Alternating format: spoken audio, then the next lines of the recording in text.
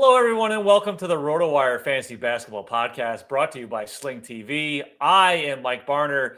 He is Kirien Sprecher, and we come to you every Wednesday to give you the information that you need to win your fantasy basketball leagues. Kirien, how are you today? I'm doing pretty great, Mike. I will say that this Peacock Tuesday night special starting at 10 p.m. Central Time, I know even worse for you on the East Coast. We might have to push this show back an hour because staying up till 1 a.m. every Tuesday is not doing it for me. Yeah, these 11 p.m. Eastern Time start times. Who thought that was a good idea? I don't like it. I understand it's better for the West Coast. That doesn't mean I have to like it anymore. I'm getting older, and it's getting more difficult.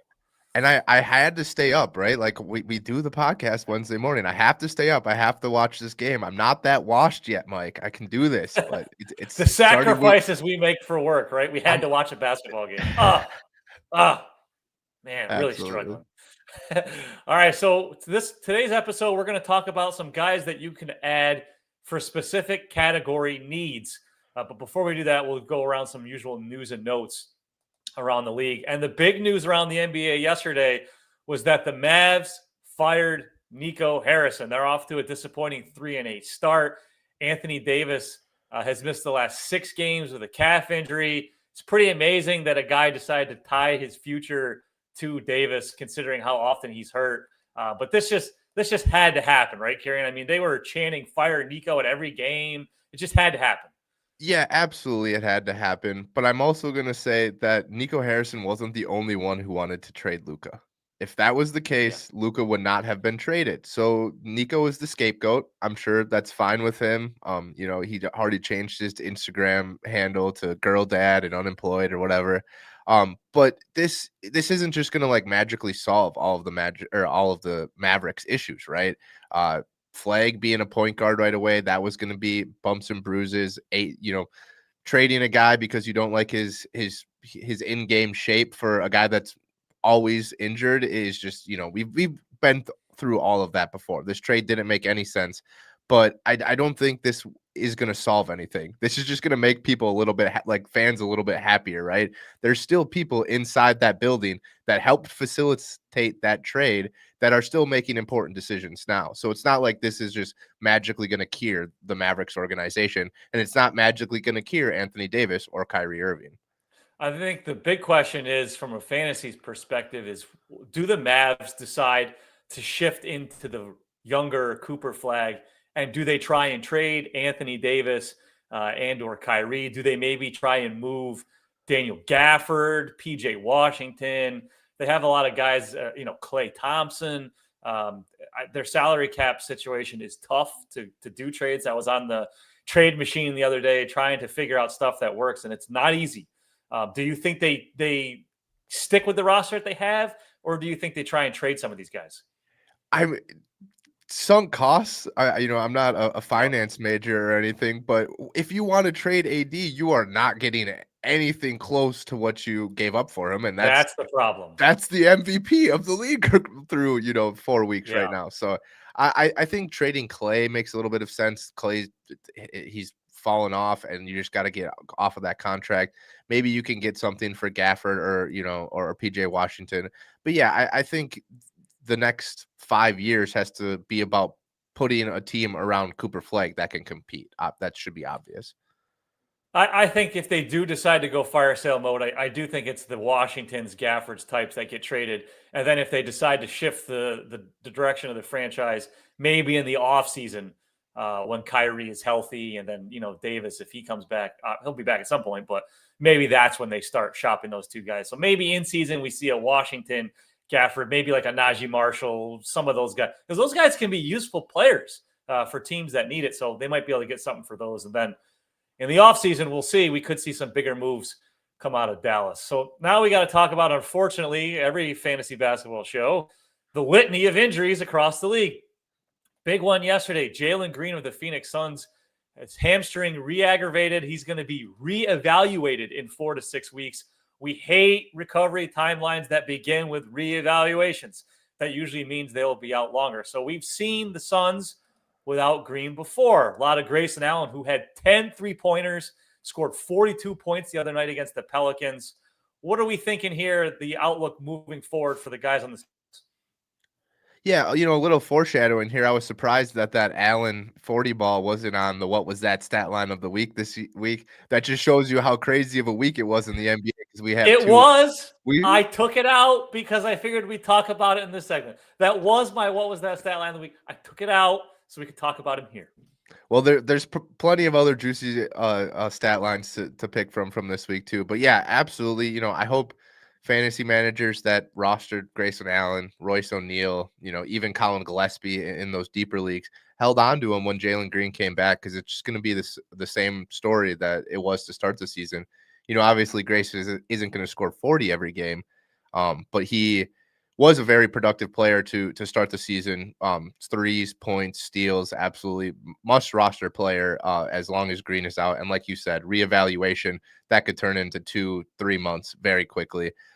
Royce O'Neal is starting over Ryan Dunn. They kind of were swapping positions. Dylan Brooks also missed some time earlier, but Royce O'Neal has been a very solid in Phoenix. And like I said, Gillespie, he's a dark horse. He's not going to win you your fantasy leagues, but when I watch the Suns, I love watching him play, and he's super confident right now. A lot of early career injuries that kind of derailed the start of his career, but he's super confident, looks great. I think Colin Gillespie is a dark horse, deep league guy moving forward while Green is out. Couldn't agree with you anymore on Gillespie. He is rostered in just 16% of Yahoo leagues. Over the first 8 games of the season when Green was out, he averaged 11.3 points, 3.5 rebounds, 5.3 assists, 1.3 steals, and 2.8 3-pointers. That's category goodness across the board. So, yeah, I completely agree with you. Gillespie, for me, is the ad that I want to pick up the most from this Green injury. Now, unfortunately, another injury to a star guard, Darius Garland. He left Monday's game against the Heat with what they're calling a left great toe injury. Can we just call it the big toe? The great toe, it sounds too funny.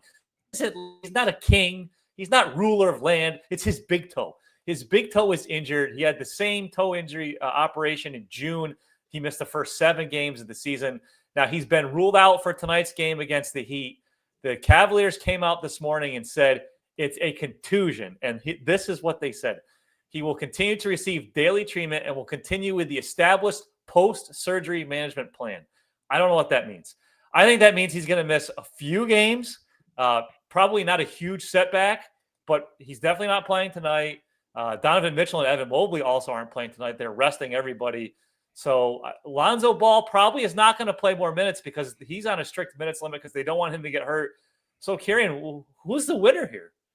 Yeah, Craig Porter might be starting tonight. Yes. I know the RotoWire projections right now have Lonzo Ball starting, but like you said, he's not playing over 25 minutes. So yeah, Tyrese Proctor, Craig Porter could be seeing a lot of minutes. In my notes before that update happened, right before we hopped on the show with Garland, I said there seems to be a little more optimism around Garland than there was Green. But with this, contusion isn't the worst thing, but crossing sports here, Joe Burrow had turf toe, and he basically is going to miss the entire regular season. He might come back here at the end of the season. So yes, these toe injuries, the great toe, it's comical, but these things are super.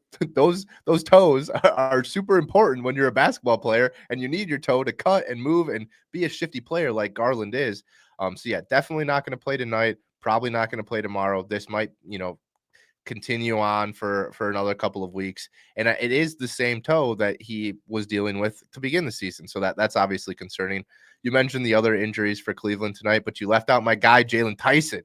Jalen Tyson also has he has a concussion. So Tyson was a guy that I was streaming with Garland out, but with all of these guys out now, I think you just got to look at Craig Porter and Tyrese Proctor because, like you said, Lonzo Ball is not going to be playing 30 minutes tonight. The stream tonight, Sam Merrill, Dean Wade, if you need 3-pointers. Sam Merrill too. We're going to do questions later, but let's dip in here because we're talking about this. Christian Rogers asks, should I trade away Garland? I'm worried about this injury lingering all season. I don't think you can trade him right now because obviously this kind of ambiguous continue with the established plan. But, man, if he comes back and plays 3-4 games in a row, Christian, I'd be looking to shop him. What about you, Kirien? Yeah, you can't trade him now. His value is rock bottom, right? That's Yeah. you're not going to get anything worthwhile out of him. Obviously, if you can get a player that's currently playing right now, that's a great trade, and go ahead and do that. But I just don't see you getting anything of value in return. So another superstar dealing with injury. Joel Embiid did not play Tuesday against the Celtics with his knee injury. He's considered as day-to-day. He's only averaged 23 minutes a game this season. He's been sitting one half of back-to-back sets, and he still can't stay healthy. Now, they did do some additional testing. They said there was no structural damage. He's considered day-to-day. I wouldn't be surprised if he misses multiple games here, given his injury history. Anybody you're super excited about here because of this Embiid knee soreness? We'll get to Drummond a little bit in the category specialist leagues. But no, I think, my opinion of the 76ers does not change whether Joel Embiid is playing or not. Yeah. I think this start to the season has been fueled by Tyrese Maxey, VJ Edgecombe, and Quentin Grimes. I think even when Embiid has played, he's played limited minutes. I know he's had some good production, but it's not like he is the dominant force that he was when he was winning MVP, and that you have, everybody's got a plan around him and blah, blah, blah, blah. Like you said, when he's healthy, he's going to be limited and he might not even play. Everybody's saying like, oh, this isn't the knee that he had surgery on. Yeah, it's not the knee he had surgery on last year, but he has had surgery on this knee before, folks. So that in 2021 he had surgery on his right meniscus. So yeah, I'm staying away from Embiid, and I don't really think much changes around. Maybe Trendon Watford gets more minutes, maybe Bona gets some blocks, but none of those guys are like, they're streamers. They're not must adds that are going to carry you to the championship. I think this team is built around that trio of guards, and that's how they win games. That's how they have these fourth quarter comebacks. That's how they finish these games. So yeah, Bona, Watford, maybe some Drummond. We'll get into Drummond a little bit later. Yeah, I think it just helps the guys that are already off to good starts, like Kelly Oubre Jr. and Quentin Grimes, because the 76ers can play more smaller lineups. Oubre's a good rebounder. He showed that last night on the putback rebound that ended up winning the game for the 76ers. So I think this just helps those guys. I will say the 76ers did add that Paul George will be reevaluated later this week. So Pinky P could be on the horizon here, but we'll believe it when we see it. When it comes to Paul George. Did you see the Shams update last night? He was like, they need to make sure his hamstring is strong enough so that his knee can hold up, so that his calf can. And it's just like, this is when we're getting into this types of weeds, and the agents are sending those types of texts to Shams. Things are bad, guys. Come on, stay away. The spin job is in full effect. Yeah. Another veteran who's dealing with an injury, Bam Adebayo, also a toe. He is out tonight versus the Cavaliers. Over the last 3 games without him, Khalil Ware has averaged 10 points, 12.7 rebounds, and 2.3 blocks. But the bigger guy, Jaime Jaquez, 18 points, 11 rebounds, 7.7 assists, and 1.3 blocks over those same 3 games. What are we thinking here? A lot of those guys. Norm Powell playing well. That's what we were left with here on the Heat, right? Yeah, absolutely. Norm Powell, Bradley Beal, what were the Clippers doing, man? They should have been listening to the show. That's what they should have been doing. I'm getting nervous about this Bam injury. Obviously similar to Garland, those toe injuries. These guys play on their toes. That they don't. That's not just a saying. You got to be on. Play on your toes. You got to cut. You got to do all these things. Toe injuries can linger. There's 3 absences now for Bam. And he left the game earlier, the previous game before that, with the injury. So it's becoming a thing. Khalil Ware, 51 rebounds, 7 steals, and 8 blocks over the last 4 games. The offensive upside is still hit or miss, but that defensive production is pretty solid. And I think Ware is a must roster as long as Adebayo is out. Let's end this segment on a high note. TJ McConnell, who our friend Ken Kreis affectionately refers to as the cockroach, made his return against the Jazz last night. He played 11 minutes off the bench. Only played 11 minutes. He didn't do much, right? He had 12 points. 12 points in 11 minutes. He had 1 rebound, 1 assist. The Pacers, who have been the most injury-ravaged team in the NBA, are finally starting to get healthy. We got McConnell back. Andrew Nembhard is back. He had 25 points and 7 assists last night.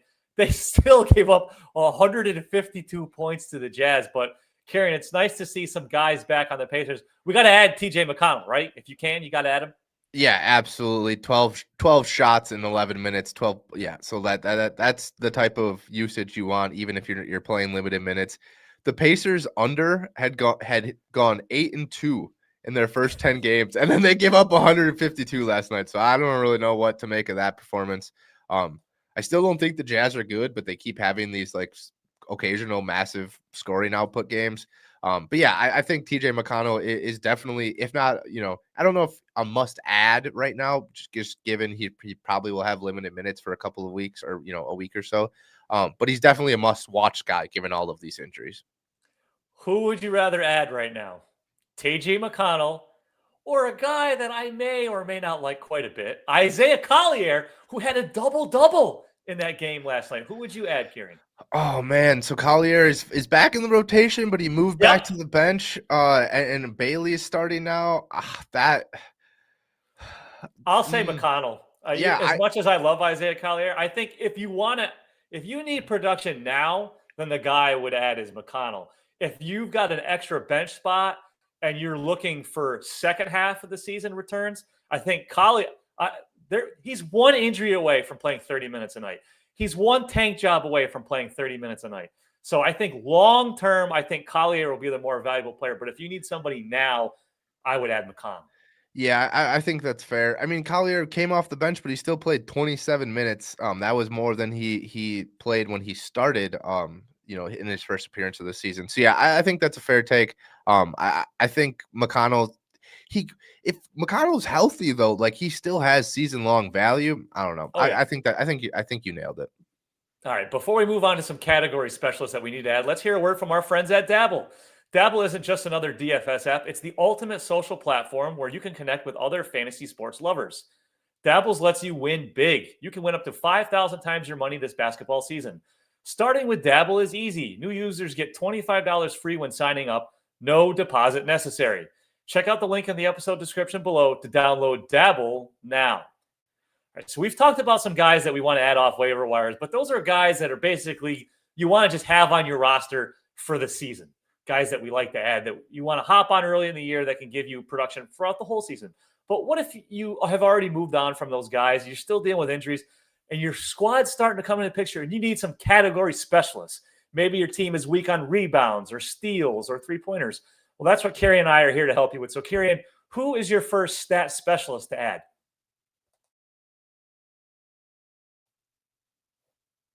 Oh, are you on mute, Kirien? Yeah, we're sorry about that. I'm going over to Los Angeles. I was looking over here for Killian's Manila. How about Marcus Smart? Marcus Smart had 7 steals against Charlotte on Monday, which vaulted him into second place in the entire NBA in steals per game. While that performance obviously like inflates his per game stats, and he's not going to have 7 steals every game, Smart has been consistent before that, recording multiple steals in 5 of his last 6 appearances. He's doing just enough in other categories, double-digit points in 4 of the last 6, 4+ assists in 5 of the last 6, to be worth picking up, not just for steals, but right now he is a steal specialist. That's kind of been his role his entire career as a defensive menace. As long as the Lakers are without LeBron and Gabe Vincent, Smart should continue to start. And be worth a look in fantasy. Obviously Luka and Austin Reeves are going to carry this offense, so Smart can really just focus his attention on defense. I don't think Smart is a must add, but if you're in dire need for steals or you want steals, I think Marcus Smart is a very valuable guy, rostered in only 6.5% of fantasy leagues right now. Great call there. I think he's played so well to the point that when Gabe Vincent come back, I don't know, he might lose playing time to Smart. I mean, they really need someone who can play defense, and Smart can certainly do that. So I love that call, Kirien. For me, if we need assists, I like Davion Mitchell, who was rostered in just 28% of Yahoo leagues. He averaged 5.3 assists with the Heat after being acquired from the Raptors last season. This season, he's recorded at least 8 assists in 5 of his last 6 games. He's averaging 7.6 assists per game for the season. He's playing 30 minutes a night. That's not going to change anytime soon. Tyler Hero might not be back until next year, until January at some point. So I think Mitchell has a clear path to playing time here. Now, the most of his value comes from assists. However, he's not just assists. He's also averaging 1.5 steals, and he's shooting just under 49% from the field. So, but if you need assists, Davion Mitchell is my guy. Yeah, I'm kind of surprised that Davion isn't rostered in more leagues. I mean, the assists have been there all year. So the steals have been pretty solid too. He got off to that super hot start, 16 points, 12 assists in the season opener, and then he kind of tailed off. So I think a lot of people moved on from him. But I think I like the way the Heat are playing right now, and Davion is a huge reason why.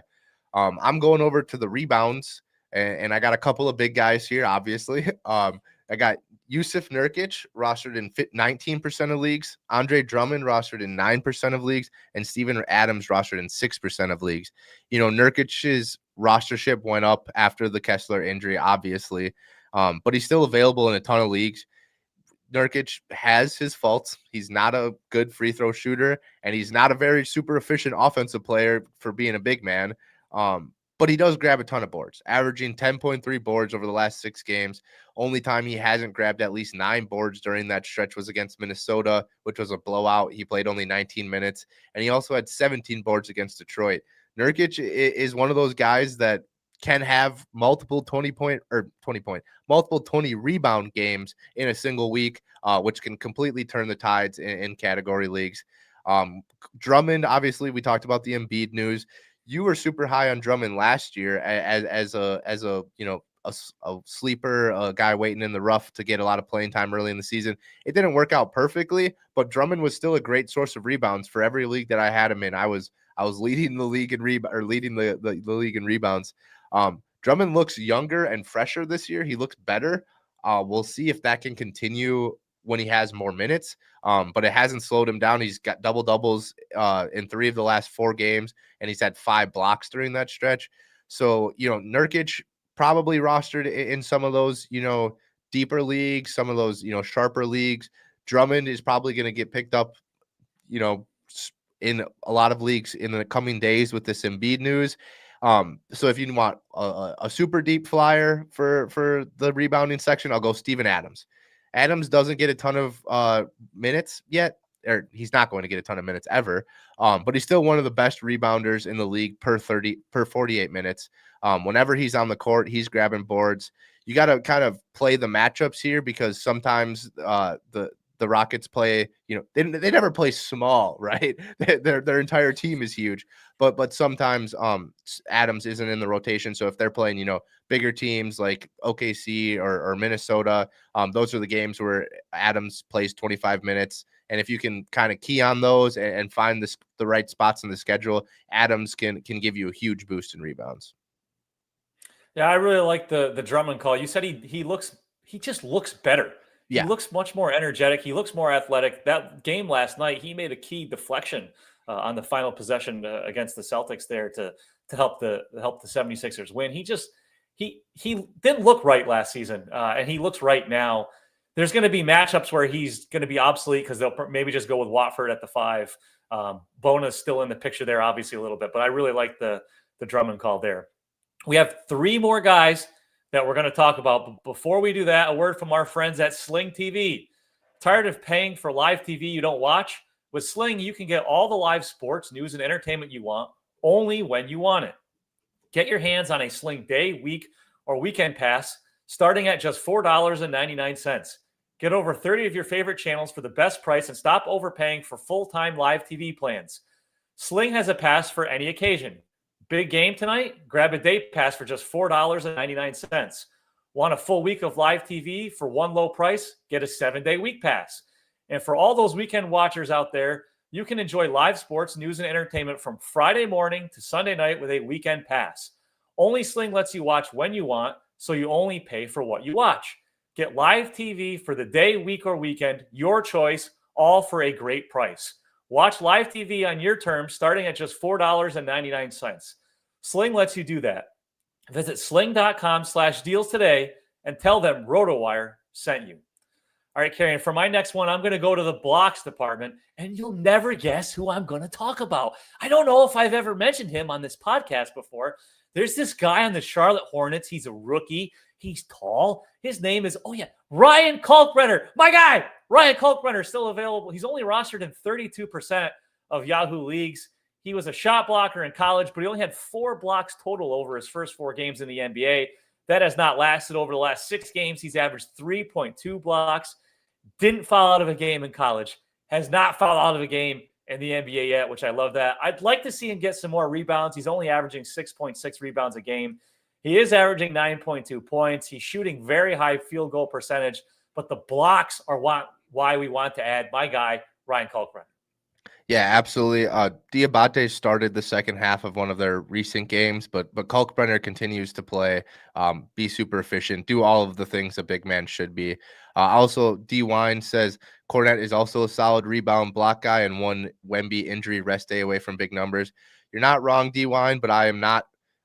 As an NBA fan, and I also have Wemby on a lot of my fantasy leagues, I am not even thinking about a Wemby injury. I don't even want to put that in the air. I don't even want to manifest that. But yeah, Kornet even when Wemby is healthy, I think that they shared the court a little bit in their last game with Kornet at center and Wemby spacing the floor. That was against the Bulls, and Wemby hit a bunch of threes in that game, foreshadowing to what was that stat line of the week.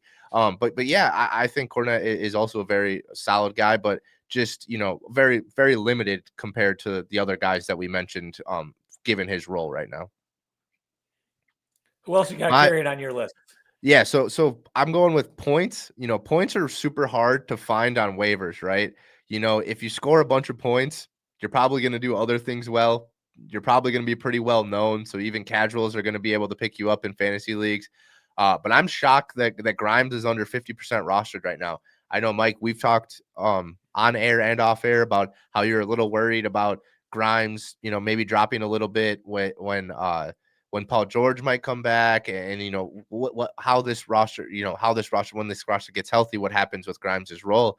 But right now, I think you just got to keep going. I think Grimes in the fourth quarter of these games, it's Maxey, Edgecombe, and Grimes. They kind of rotate them, kind of play two of them at one time throughout the first three quarters so that they can spam that their best lineup in the fourth quarter. Grimes is scoring a ton of points, and he's available in more than half of ESPN leagues right now. I think if you need points and he's available, that's one of the clear options. And like I said, it's just really hard to find scoring on the waiver wire, because as soon as you start scoring points, everybody starts looking at you. So a guy like Grimes, who is capable of a 30-point night on any given night off the bench, is worth rostering in more than 50% of leagues. Yeah, this Embiid injury certainly helps him, because now he's got a runway to more minutes, and it sure doesn't look like Jared McCain is going to be doing anything big anytime soon. He's been barely used early on. He hasn't looked good, so it might take him some time to get back into it there. I'm going to close out this segment. If you need three-pointers, AJ Green of the Milwaukee Bucks is rostered in 7% of Yahoo leagues. He's averaging 3.1 three-pointers per game and shooting 47.2% from behind the arc. Now, that might seem unsustainable, but he shot at least 40.8% from deep in each of his first three seasons in the league. He's playing a career-high 28 minutes a game. He's locked into a starting role. He's going to give you very little to nothing in terms of rebounds, assists, and defensive stats. But if you are specifically hunting for three-pointers, I'm not sure you're going to do much better than AJ Green out there on the waiver wire. Yeah, the way the Bucks are playing offense right now, letting Giannis cook and spacing the floor, is ideal for anybody who has AJ Green rostered. It's ideal for Giannis. Doc Rivers he didn't call him, but he compared AJ Green to JJ Redick in the things that AJ Green can do. So that's pretty high praise. And when you're looking for a 3-point specialist, the 2025 version of JJ Redick isn't a bad place to look. So I definitely like that call, Mike. We've got a lot of great questions in the chat that we're going to get to in a second. But before we do that, a word from our friends at Chalkboard.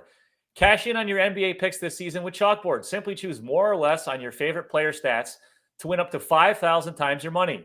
For a limited time only, new players receive a free pick and 100% deposit. See why over 1 million fans have already locked in with Chalkboard to turn their sports knowledge into cold, hard cash.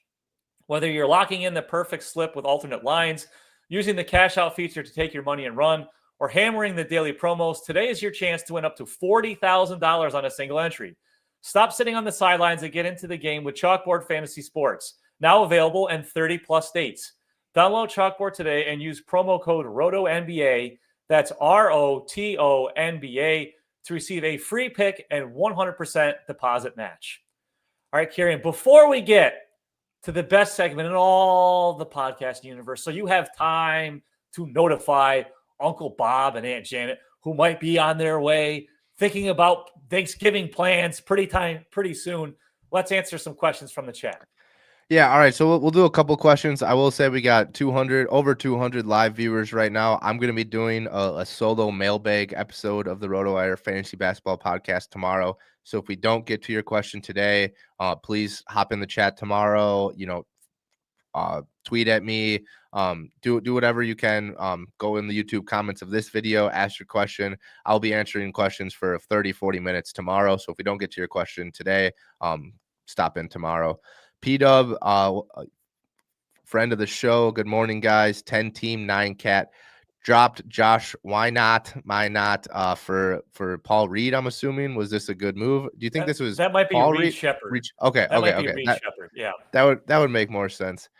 Yeah. I think Reed has the higher upside for sure. Yeah, the Celtics rotations Jared Walsh has been playing some pretty big minutes the last couple of games. So I think might not in, out. So yeah, I have no problem dropping him. Jordan Walsh is also a guy that was definitely a steals category or a steals specialist guy for me. Even if he's playing 20 minutes, he could rack up steals. He was very good last night. I mean, you can't stop Tyrese Maxey, but he made him work.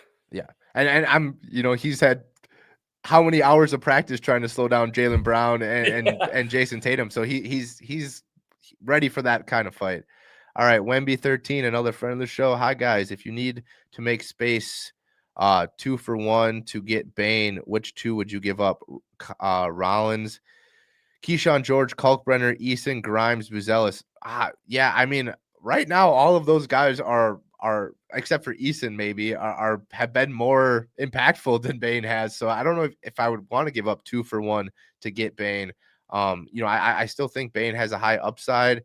Maybe if you think Kevin Porter Jr. is going to ruin Rollins's upside, you go that way. But I think I'm staying pat here with this team. Maybe like a Grimes Eason trade for Bane, but those are the only 2 that I would think about giving up for Bane at this point. Is that fair to say, Mike? Yeah, Buzelis and Rollins cannot be included in this trade. So those 2 guys I would definitely take out. Kalkbrenner, I obviously have a soft spot for him. Depends on if you need blocks or not. If you don't, I guess I'm okay with it. I'm not going to be a homer here or favorite. I think the 3 you pick from would be Eason, Grimes, and Keyshawn George. And I would probably go with George and Eason, though I am Mr. No Grimes. I think Grimes might have there's so many injuries on the 76ers that it only takes a couple for him to stay in this role that he's in right now. Yeah, absolutely. I think that's fair. All right, A-Tot. Who's the better drop, Sohan, since he's getting limited minutes, or Najee Marshall? And who's the better pickup, Smart or Sadiq Bey? This is for the whole week. Thank you, sir. So I don't have the Lakers and Pelicans schedule brought up right here, but I just said that I love Marcus Smart. As long as LeBron and Gabe Vincent are out, I think he's a solid play. With Zion out, Sadiq Bey has been doing pretty well too, but I think I like Smart over Bey, and I think I'm dropping Sohan over Najee Marshall. How about you, Mike? Yeah, I agree. I would definitely drop Sohan. I mean, he's kind of just in there to do the dirty work now. Yeah. And he's not going to play a ton of minutes. So he's kind of like, and he's good at doing the dirty work. I mean, he's an energy guy, play defense, rebound, that kind of thing. So, but that might not necessarily translate to great fantasy value. So he would be the guy that I would drop. And I agree. I just can't bring myself to add Sadiq Bey. At least with Marcus Smart, he's going to have a fairly high minutes floor. He's going to give you steals. So he'd probably be the guy I'd add there. Yeah, totally agree. Should I try and hold on to Brandon Williams or stream the rest of the week? I would say hold on to him if he's starting. I love watching Brandon Williams play. When the production is there, it's very pronounced. So I think I hold on to Brandon Williams for the rest of the week. How about you, Mike? I'm okay with that. I mean, depending the streaming options, if you can really patch together, 4 solid days of somebody playing every day and with favorable matchups, then yeah, I would do that. But if not, I'm okay with holding on to Williams. Yeah, Williams has 3 more games this week against Phoenix, the Clippers, and Portland. And then he has 4 games next week against Minnesota, New York, Pelicans, and Memphis. So, I mean, 7 games in 10 days. I think you just ride with Williams at this point. Yeah. Defrozen, any thoughts to trade him? Yeah, that's a bit rough. If you were listening to the show before the season. DeRozan he's just one of those guys. He's not an elite fantasy producer at this point in his career. I don't think you're going to get much for a trade. If you could buy low on Buzelis right now, I know a lot of people are concerned about Buzelis. If you could do DeRozan for Buzelis, would you do that, Mike? Oh, of course. Yeah, I would definitely trade. I mean, DeRozan, what can make him valuable is he can give you points, rebounds, and assists. But guess what? Zach LaVine holds the ball too much, and Domantas Sabonis is a great passer. So there's not going to be a lot of assist opportunities, and Sabonis is a rebounding vacuum. So there's not going to be a lot of rebounding opportunities. So you're basically just getting points from DeRozan, and he's not a good three-point shooter. So he's basically points and a high field goal percentage. I mean, that he's got more value for his name and pass production right now than what he's currently giving him. Totally agree. And staying up till 1 a.m. Central Time to watch that Kings Denver game. DeRozan, I couldn't tell you how many times a possession ended with a DeRozan corner three. And Jokic may not be the most gifted defensive athlete, but he uses his brain on defense. And he didn't want to close out. He was never going to close out on DeRozan in the corner, and he was never going to close out to Sabonis shooting the top of the three key, or top of the key three. And DeRozan missed all of those, and he missed them short. Yeah. I think he made one of them. But yeah, you absolutely nailed our thoughts on DeRozan. Who to pick, Derek Lively or Isaiah Jackson? I think Lively just has more upside here. I think Isaiah Jackson, we've seen what we can see from Jackson, and it's not much. And Lively has proven that he has a pretty high upside. The Gafford thing is funny because people are like, oh, they're limited production. I actually think they're both better and more productive when they're both healthy because they don't have to play extended minutes and get tired and get into foul trouble. It's just like, hey, give me 23 minutes of your hardest stuff. And Lively has proven that he can get double doubles and multiple blocks in those sorts of situations.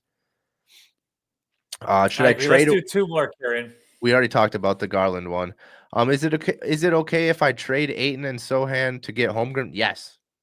If anybody's willing to do that, yes. On that one. Since he also has Porter from Milwaukee, Kevin Porter, would it be fine to offer Ayton and Sohan for Monk, or Ayton and Sohan, Monk for Holmgren and Porter? Yep. Yeah, I mean, I don't think anybody's gonna. If you can get Holmgren, absolutely do it. Throwing Porter in is icing on the cake. I wouldn't even ask for Porter initially. If you can get Holmgren for that haul, I would do it immediately. You've got two waiver wire fodder guys there in Sohan and Monk. So, I mean, basically you're looking at Ayton for Holmgren. If you can do that, do it right away. Let's do one more, Kirien, because don't worry, everybody. Like Kirien said, tomorrow he's going to be answering questions only on the Thursday episode. So come in Thursday. You can tweet it. If you can't watch it live, tweet at Kirien. Kirien, give us your Twitter X handle because you can tweet at Kirien and he'll answer it on this podcast. Yeah, it's Kirien Sprecher RW. We had a thing where I could show my handle on the YouTube side here, but it's not showing up in the StreamYard here. But yeah, Kirien Sprecher RW. If you just type in Sprecher like the root beer, I'm sure you'll find me somewhere. But yeah, answering questions. You can also just leave them in the chat of tomorrow's video right now. Go in and do that right now. If your question isn't answered, just copy and paste that, and it'll be at the top of the queue when I hop in tomorrow. So the final question is from our guy Daniel. He's asking about Collier. We talked about Collier a little bit. Is he an ad in 12 teams 9-cat head-to-head or 10-team 9-cat? Yeah, 10-team, probably not. Assist to turnover ratio instead of turnovers. That's a good boost for Collier there. But I think Collier is an ad in 12 teams, but I don't know about 10 teams. It's still coming off the bench. Still don't know what his role is going to be on any given night. So 10 teams is a little sketchy for me. How about you, Mike? Yeah, I agree. Obviously, very high on Collier. I think it's going to be choppy for the next month or so. But, I was doing some research for an article coming out today about trade tips and stuff like that. Lauri Markkanen played 6 games after the All-Star break last year. Walker Kessler's already out for the season. The Jazz are 4-7. There's going to be a point here where they pack it in. There's going to be a point. And when that happens, Collier is probably one of the main beneficiaries. We saw it last year. We saw it. We've seen it. He can be a great source for assists All right, So yeah, I think a little add on here. Are you willing to pick up Collier and drop any of these guys? Jake LaRavia, Dylan Brooks, TJ McConnell, O'Neal. We already answered the O'Connell question or the McConnell question. McConnell has a little bit more upside right now, but Collier has the longer term upside. Jake LaRavia kind of hit a brick wall, if I recall correctly. So it kind of depends on what you want. If you're in a category league and you need assists, Collier is definitely the best option of these three. Royce O'Neal is playing well. I like him earlier, but I still think I would rather to have Collier. What are your thoughts on this question? Dylan Brooks is the only guy hands down of this group that I would rather have over Collier, because we've seen Green's going to be out for a while and Dylan Brooks is going to have an important role on the Suns. McConnell, we talked about him, so it depends on your long-term look. I certainly have no problems dropping LaRavia or O'Neal for Collier. Yeah. O'Neal has been okay lately, but there's no upside there. None. Yeah. There is upside with Collier. I mean, he can give you 8 assists a game. He can approach double-doubles. He can do that stuff. So LaRavia is shooting 37% from the field over the last 4 games, or the last 3 games. So yeah, I think Collier is the best option here. Thank you, everyone, for the questions. And again, Kirien's got you covered tomorrow if we didn't get a chance to answer your question today. And now it's time for the best segment in all of the podcasting universe, the What Was That Stat Lines of the Week. Kirien, you are up first. All right, Mike. Little bit of a Bulls minute here. We haven't had that yet, but this is the bad side of the Bulls minute, which hasn't happened a lot this season, which has been fun. That definitely wasn't the case last year, but Victor Wembanyama made NBA history. 38 points. This was on Monday against the Bulls. 38 points, 12 rebounds, 5 assists, 5 blocks, and 1 steal. 11 for 19 from the field, 6 for 9 from deep, and 10 for 10 from the free throw line. First player ever in the history of the NBA to record a stat line with 35 plus points, 10 plus rebounds, 5 plus assists, 5 plus blocks, and 5 plus made threes. I think he's going to be doing that multiple times this year, probably a lot of times throughout his career. It sucked to be on the opposite end of that as a Bulls fan, but watching that game, I couldn't help but just laugh at some of the plays he was making. Just an incredible talent, super fun player to watch, even when he's just destroying your team in clutch time. See that? We didn't even force a Bulls minute this week, and Kirien still found a way to bring it up. Great job, Kirien. My What Was That Stat Lines of the Week is by a little bit of a lesser name. On November 10th, CJ McCollum, in an overtime loss to the Pistons, he had 42 points, 6 rebounds, 4 assists, 5 3-pointers. He took 25 shots and 11 free throws in the game. He's like, forget all these development of these young guys. I'm shooting. I am CJ McCollum. I am better than all of you. He has scored at least 25 points in each of the last 3 games. During that 3-game span, he's 13 for 29. I'm sorry. Yeah, 13 of 29 from behind the arc. 42 points from CJ McCollum. What was that? You know what that was? That's the sell high window opening up. You hear that? You hear the rust, the window. Get some WD-40 in the hinges. The window is wide open. It's time to sell CJ McCollum. Get him out there. I love that. I love that. I think those were some great What Was That Stat Lines of the week. Grayson Allen also deserves a What Was That. There's just so much talent and so much awesome production in the NBA on any given night. Just happy to be a part of it and be able to talk to you guys about it. Thank you, everyone, for listening to the RotoWire Fantasy Basketball Podcast, brought to you by Sling TV. Remember, use promo code YouTube15 on rotowire.com to get 15% off any subscription. And remember, Kirien will be back tomorrow to answer all of your questions, whether they're in the chat here, you come in live for the show tomorrow, you hit him up on Twitter, X, whatever you want to call it. Kirien will answer your questions. And until tomorrow, may all your fantasy basketball teams, somebody needs to finally stay healthy. Let's hope it happens this week. Good luck, everybody. Talk